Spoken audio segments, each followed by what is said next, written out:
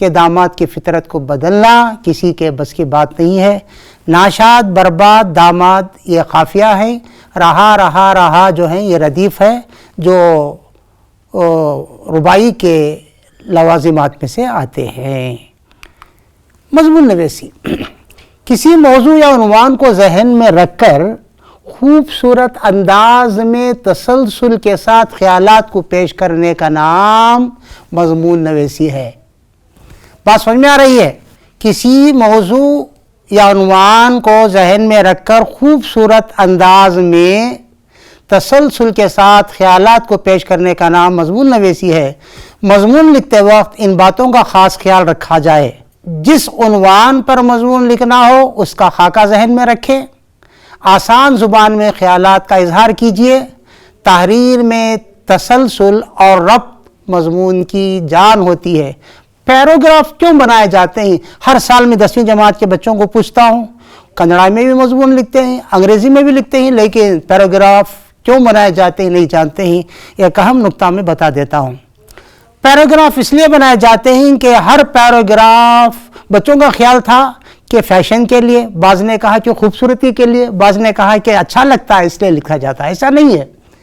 ہر paragraph میں ایک ایک خیال کو ظاہر کیا جاتا ہے۔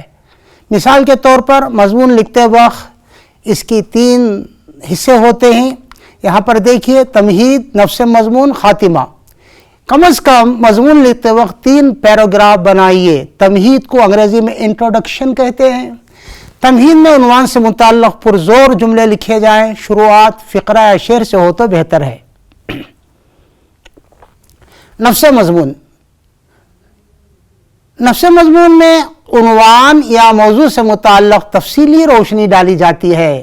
فائدے اور نقصانات یا اہم نکات مضمون میں مختلف پیراگراف کے ذریعے سے پیش کیے جاتے ہیں۔ یہاں پر آپ 2 پیراگراف ضرور بنائیے، نقصانات اور فائدے، یا الگ الگ پیراگراف میں ایک ایک بات کو ظاہر کیجئے۔ یہ مضمون کی خوبصورتی ہوتی ہے اور ایسا ہی لکھنا چاہیے۔ خاتمہ یا اختتام یہ مضمون کا خلاصہ ہوتا ہے، جس میں مضمون کا نچوڑ بڑے ہی پر اثر انداز میں لکھا جاتا ہے، جسے پڑھنے کے بعد قاری یا پڑھنے والا نتیجہ اخذ کر سکے۔ اگر یہی دیکھ لے قاری کہ خاتمہ دیکھ لے تو معلوم ہو جانا کہ آپ نے اوپر کیا لکھا ہے۔ یہاں پر ایک مضمون پیش کر رہا ہوں میں، اس کی مثال ٹیلی ویژن۔ سائنس کے اس اہم اور حیرت انگیز ایجاد ٹیلی ویژن کا موجد جان لوگی برڈ ہے، JL برڈ بھی کہا جاتا ہے۔ ٹیلی ویژن 2 لفظوں کا مرکب ہے، ٹیلی ویژن، جس کے معنی دور کی نگاہ کے ہیں۔ ٹیلی ویژن ایک ایسا آلہ ہے جس میں ساری دنیا چند انچوں میں سمٹ آتی ہے۔ ادھر بٹن دبایا، ادھر ساری دنیا کی سیر کر لی۔ میں ٹیلی ویژن اس لیے انتخاب کیا مضمون تاکہ موبائل فون اور کمپیوٹر کے لیے بھی یہی نکات آپ لکھ سکتے ہیں۔ مطلب یہ کہ ٹیلی ویژن، موبائل فون، کمپیوٹر کے لیے پوائنٹس یہی لکھنا ہے، صرف بنانے والے کا نام اور انٹروڈکشن بدلتا ہے۔ بعض لوگ ٹیلی ویژن، اس کی جگہ آپ موبائل فون بھی لکھ سکتے ہیں۔ بعض لوگ ٹیلی ویژن کو ایک لعنت اور شیطان کا آلہ سمجھتے ہیں۔ بعض اشخاص کی نظر میں ٹیلی ویژن نہایت کارآمد شے ہے، لیکن میری نظر میں ٹیلی ویژن آنکھوں کے مانند ہے، جس سے ہر اچھی اور بری چیزیں ہمیں نظر آتی ہیں۔ کوئی بیوقوف آنکھوں کو اس لیے پھوڑ لے کہ اس سے بری چیزیں نظر آتی ہیں تو ایسے شخص کو ہم لوگ احمق ہی کہیں گے۔ بات یہ ہے کہ ہم کو ہر مفید چیز سے فائدہ اٹھانا اور اس کے نقصانات سے بچنا چاہیے۔ فائدے: ٹیلی ویژن تفریح کا بہترین آلہ ہے۔ کھیل کود، مشہور ڈرامے، نامور لکھنے والوں کے افسانے اور ناول کو متحرک دیکھ سکتے ہیں۔ گھر بیٹھے تعلیم حاصل کر سکتے ہیں۔ خواتین نت نئے پکوان سیکھ سکتی ہیں۔ کسان گھر بیٹھے کھیتی باڑی کے نئی تکنیک اپنا کر فصلوں کو 2 گنا کر سکتے ہیں۔ ٹیلی ویژن پیغام رسانی کا بہترین ذریعہ ہے۔ مذہبی تعلیم کے ذریعے لوگوں میں خوف خدا پیدا کیا جا سکتا ہے۔ الغرض ٹی وی کے بے شمار فائدے ہیں جن کا احاطہ کرنا ناممکن نہ صحیح مشکل ضرور ہے۔ نقصانات: ہر چیز کے مثبت اور منفی، پازیٹیو اور نیگیٹو دو پہلو ہوتے ہیں. جہاں ٹی وی کے فائدے ہمیں نظر آتے ہیں، وہیں ٹی وی کے نقصانات سے بھی کوئی شخص انکار بھی نہیں کر سکتا.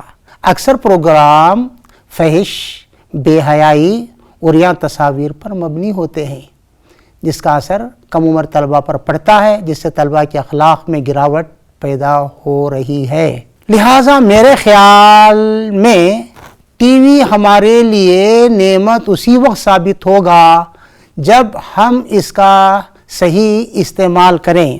اللہ تعالی ہمیں اچھے اور برے کی تمیز عطا فرمائے. خطوط نویسی کی طرف چلتے ہیں.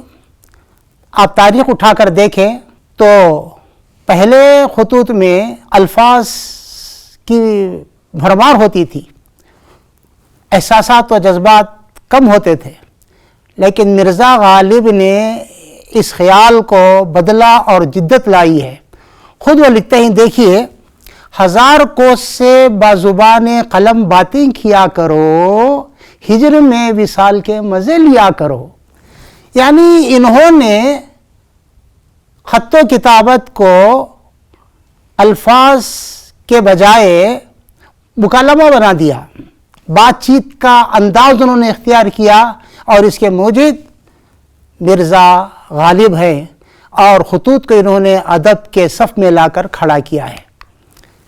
آئیے خطوط نویسی کے بارے میں چند اہم نکات معلوم کرتے ہیں. خط و کتابت معاملات زندگی کا ایک اہم حصہ ہے. ہر شخص کو اس سے واسطہ پڑتا ہے. دور رہنے والوں تک اپنی بات پہنچانے اور ان کے بارے میں معلومات حاصل کرنے کے لیے خط و کتابت ایک بہترین ذریعہ ہے. کوشش کرنی چاہیے کہ خط لکھنے کا انداز ایسا ہو کہ مکتوب علیہ سامنے بیٹھا ہے اور ہم سے گفتگو کر رہے مخاطب ہیں. خط لکھنے کی اس دلچسپ اور نئے انداز کے موجد مرزا غالب ہیں. خطوط نویسی ایک فن ہے. اس کے بارے میں کچھ خاص باتیں حسب ذیل ہیں. خط لکھنے والے کو کیا کہتے ہیں؟ آپ کو بیاض میں لکھنا ہے. خط لکھنے والے کو کاتب کہتے ہیں. جو عبارت اس میں لکھی جاتی ہے اس کو مکتوب کہا جاتا ہے، یا خط. جس کو لکھا جا رہا ہو، خط جس کو لکھا جا رہا ہے اسے مکتوب علیہ کہتے ہیں. خط کے شروع کرنے سے پہلے یہ سمجھ لینا ہے کہ عمدہ کاغذ اور عمدہ تحریر یعنی لکھاوٹ مکتوب علیہ پر اچھا اثر ڈالتی ہے. خط کو نصف ملاقات بھی کہا جاتا ہے، آدھی ملاقات. مگر یہ نصف ملاقات پر لطف، پر اثر، بے تکلف اور کامیاب تبھی ہو سکتی ہے جب خط میں آسان الفاظ، مختصر مضمون اور دلچسپ عبارت کے ساتھ ساتھ مکتوب علیہ کے مرتبے کا پورا لحاظ رکھا جائے اور اسی کے اعتبار سے القاب و آداب نیز اختتامیہ جملوں کو لکھا جائے. بیٹے کو خط لکھ رہے ہیں، محترم المقام بیٹے صاحب نہیں لکھ سکتے. ہیڈ ماسٹر کو خط لکھ رہے ہیں، میرے پیارے ہیڈ ماسٹر صاحب نہیں، محترم ہیڈ ماسٹر صاحب، پرنسپل صاحب، اس طرح لکھنا چاہیے. تو آئیے کچھ اور مزید معلومات خطوط کے بارے میں ہم حاصل کرتے ہیں. خطوط 3 طرح کے ہوتے ہیں: نجی خطوط، کاروباری خطوط اور سرکاری خطوط. نجی خطوط وہ خطوط ہوتے ہیں جو اپنے کنبے والوں اور رشتہ داروں، دوستوں اور ملنے والوں کو لکھے جاتے ہیں، اور ان میں آپسی باتیں ہم شیئر کرتے ہیں، اپنے خیالات اور احساسات کو ایک دوسرے سے جوڑتے ہیں. دوسرا نمبر ہے کاروباری خطوط. کاروباری خطوط کاروباری یا تجارتی خط کا مضمون مختصر ہوتا ہے. عبارت صاف خوشخط ہونا چاہیے تاکہ مکتوب علیہ یعنی جس کے نام خط لکھا جا رہا ہے اس کو پڑھنے اور سمجھنے میں دقت نہ ہو. اس کے علاوہ اشیاء مطلوبہ کے سلسلے میں ضروری ہدایتیں درج کر دی جاتی ہیں. اس کے القاب و آداب اور خاتمہ نجی خطوط سے مختلف ہوتا ہے. مثال کے طور پر کاروباری خط لکھ رہے ہیں، ہیڈ ماسٹر کے نام آپ درخواست لکھ رہے ہیں چھٹی کی. ہیڈ ماسٹر صاحب السلام علیکم رحمۃ اللہ وبرکاتہ، کل ہمارے خالہ کو بیٹا ہوا. ارے بھائی، آپ کے خالہ کو بیٹا ہو یا بیٹی ہو اس میں لکھنے کی ضرورت کیا ہے؟ یہاں تو صرف وہی باتیں لکھی جائے، آپ کو چھٹی ہونا ہے. کسی ضروری کام سے میں آ نہیں سکتا، طبیعت خراب ہے، لکھ دیجئے، بات ختم ہے۔ گھر کی باتیں، خالہ کی باتیں، چاچا کی باتیں یہاں لکھ کر بھر دیں گے تو یہ آپ کا خط اچھا خط نہیں کہلائے گا۔ تو اسی لیے خط لکھتے وقت اس بات کا خاص خیال رکھا جائے، صرف وہی باتیں رقم کی جائیں جو مطلوب ہیں، اس سے ہٹ کر لکھنا آداب کے خلاف ہے۔ سرکاری خطوط جو دفتری امور سے تعلق رکھتے ہیں، جیسے درخواستیں، سرکاری نوٹس، افسران سے متعلق اطلاعات، پروانہ مطلب سرٹیفکیٹس، حکم نامہ وغیرہ، یہ سرکاری خطوط کہلاتے ہیں۔ خط کے مندرجہ ذیل 6 حصے ہوتے ہیں: کاتب کا مختصر پتہ اور تاریخ، نمبر 2 القاب، نمبر 3 آداب، نمبر 4 مضمون، نمبر 5 خاتمہ، اور چھٹا ہے نام و پتہ مکتوب الیہ۔ بعض طلبہ آخری کا حصہ چھوڑ دیتے ہیں، جس سے 5 کے بجائے 4 مارکس ملتے ہیں امتحانات میں، جو نقصان کا باعث بنتا ہے۔ اس بات کا خاص خیال رکھیے۔ ایک یہاں پر میں نے خط پیش کیا ہے نمونے کے طور پر، یہ دوست کے نام خط ہے۔ مختصر پتہ اور تاریخ اوپر لکھیے، اس کے بعد القاب: عزیز دوست، آپ احسان یا حسان کو خط لکھ رہے ہیں، عزیز دوست حسان بھی لکھ سکتے ہیں۔ آداب: السلام علیکم، کہو مزاج کیسے ہے؟ مدت سے تمہارا خط نہیں ملا، یہ معلوم کر کے بہت خوشی ہوئی کہ تم نے اپنی جماعت کے تمام ساتھیوں میں فرسٹ پوزیشن حاصل کر لی ہے۔ دوست، اس نمایاں کامیابی پر دلی مبارکباد قبول کرو۔ تمہیں یہ سن کر خوشی ہوگی کہ میں نے بھی 10ویں جماعت میں امتیازی نشانات کے ساتھ کامیابی حاصل کر لی ہے۔ اس خوشی کے موقع پر والدین نے ایک تقریب منانے کا فیصلہ کیا ہے۔ تمہیں وقت سے پہلے اس لیے اطلاع کر رہا ہوں تاکہ تم کوئی بہانہ نہ بنا سکو اور ایک دن پہلے ہی گھر آ جانا تاکہ انتظامی امور میں میرا ہاتھ بٹا سکو۔ اگلے دن بنگلور کی تاریخی مقامات کی سیر کریں گے، اپنے ساتھ کیمرہ ضرور لانا۔ والدین کی خدمت میں سلام عرض کرنا اور چھوٹے بھائی بہنوں کو بہت بہت پیار۔ تمہاری آمد کا منتظر تمہارا دوست محمد نبیل، اور جس کے نام مکتوب الیہ کا پتہ اور ایڈریس ادھر پر لکھا ہوا ہے، حسان احمد، معرفت مخمور محمد وغیرہ۔ ہیڈ ماسٹر کے نام بھی ایک چھٹی کی درخواست ہے۔ یہاں پر ایک بات یہ کرنی ہے کہ مختصر ہونا چاہیے، ذاتی باتیں، نجی باتیں یہاں پر لکھنا غلط ہے۔ میں پڑھ رہا ہوں: ہیڈ ماسٹر صاحب، فاروقیہ بوائز ہائی اسکول، عمر خیام روڈ، میسور۔ عرض مدعا: سبجیکٹ درخواست برائے ٹی سی۔ بعد آداب عرض یہ ہے کہ میں نے آپ کے اسکول سے 10ویں جماعت کا امتحان اعلیٰ نشانات کے ساتھ پاس کر لیا ہے۔ والدین کی خواہش ہے کہ میں تعلیم کا سلسلہ جاری رکھوں، لہٰذا Farooqia P U college Mysore سال اول کے لیے درخواست دینی ہے۔ ازراہ کرم میری ضرورت کا خیال فرماتے ہوئے آپ کے مدرسے کے متعلقہ افسر کو ٹی سی جاری کرنے کی ہدایت جاری فرمائیں۔ امید کرتا ہوں کہ جناب والا میری درخواست کو شرف قبولیت بخشیں گے۔ ادھر تاریخ ہے اور نیچے مقام ہے اور پھر لکھنے والے کا پتہ اور اس کی شناخت۔ یہ ایک طریقہ ہے لکھنے کا، اس طرح آپ لکھیں۔ سند تبادلہ اردو میں بولتے ہیں، انگریزی میں ٹی سی ٹرانسفر سرٹیفکیٹ کہتے ہیں۔ سند انتقال بھی کہا جا سکتا ہے، جسے لوگ اچھا نہیں سمجھتے۔ انتقال کے معنی بدلنے کے ہیں، ٹھیک ہے۔ پل بند کارروائی کی دوسری کلاس کے دوران ہم نے وعدہ کیا تھا کہ محاورے کے تعلق سے ہم تفصیلی روشنی ڈالیں گے۔ اس وقت 6 اندھے اور ایک ہاتھی کی کہانی بھی سنائی گئی تھی، جس میں بہت سارے محاورے ہم نے استعمال کیے تھے، شاید آپ کو یاد ہوگا۔ آئیے ان کا اعادہ کرتے ہیں۔ ضرب المثل۔ ضرب المثل وہ مختصر فقرہ ہے جو بذات خود اپنی جگہ مکمل ہوتا ہے، حقیقی معنی کے بجائے دوسرے مفہوم میں رواج پاتا ہے۔ اس کے پیچھے کوئی معاشرتی تجربہ یا حقیقت پوشیدہ ہوتی ہے۔ جیسے ایک ضرب المثل یہاں پر پیش ہے: ہاتھی کے دان دکھانے کے اور کھانے کے اور، جس کا مطلب جس کا ظاہر اور باطن الگ ہو اس کے لیے استعمال کیا جاتا ہے۔ چور کی داڑھی میں تنکا بہت مشہور ہے، مجرم ہمیشہ خوفزدہ رہتا ہے۔ اس کے پیچھے بھی ایک واقعہ ہے، چلو سنا دیتے ہیں لگے ہاتھوں۔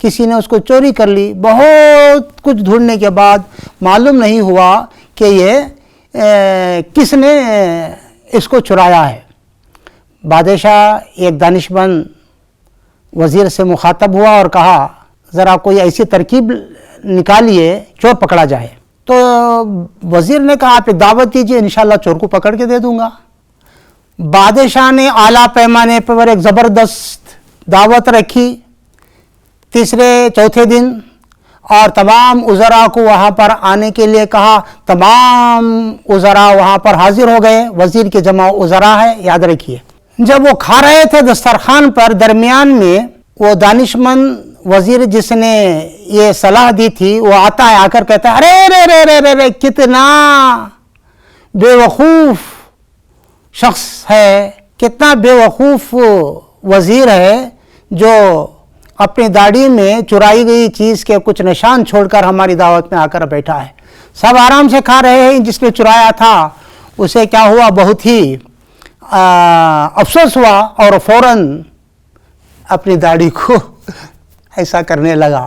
سیدھا اس کا ہاتھ پکڑ کے گھر لے گئے تو کیا دیکھتے ہیں کہ کپاس کی ڈھیر اس کے گھر میں موجود ہے. اس طرح وہ پکڑا گیا. اسی طرح تمام ضرب المثل ہیں, ان کے پیچھے کوئی واقعہ یا حکایت ہوتی ہے. محاورے دو یا دو سے زیادہ الفاظ کے مجموعہ جسے حقیقی معنی کے بجائے مجازی معنی میں استعمال ہو محاورہ کہلاتا ہے. محاورے کے لغوی معنی گفتگو کرنے کے ہیں. محاورے مصدر کی علامت نا کے ساتھ بنتے ہیں, جیسے باغ باغ ہونا, بہت خوش ہونا. آپ کے امتحان کا نتیجہ سن کر میرا دل باغ باغ ہو گیا, پہلے بھی بتایا تھا. You cannot translate this into English language. When I heard about your result, my heart became garden. You cannot say like this. آسمان سر پر اٹھا لینا, شور مچانا. استاد کے جاتے ہی بچوں نے آسمان سر پر اٹھا لیا, مطلب آسمان اٹھائے نہیں, آواز کرنے لگے. دوسرے معنی میں استعمال ہوتا ہے پتھر کی لکیر ہونا, اپنی بات پر اڑے رہنا. دوست یقین مانیے ہماری بات پتھر کی لکیر ہے. ناک کٹنا, عزت چلی جانا. طالب علم نے فیل ہو کر ہمارے استاد کی ناک کٹوا دی. خبر گرم ہونا, خبر کا مشہور ہونا. گاؤں میں ہاتھی کے آنے کی خبر گرم تھی, ہے خبر گرم ان کے آنے کی, آج ہی گھر میں بوریا نہ ہوا. غالب کا شعر ہے. تو دوسرا محاورہ دیکھیے, پھولے نہ سمانا, بہت خوش ہونا. امتحان کا نتیجہ دیکھ کر میں پھولے نہیں سمایا. ایک اور محاورہ 19-20 کا فرق ہے, معمولی فرق کے لیے استعمال ہوتا ہے. دونوں بھائیوں کی شکل میں 19-20 کا فرق رہ گیا ہے.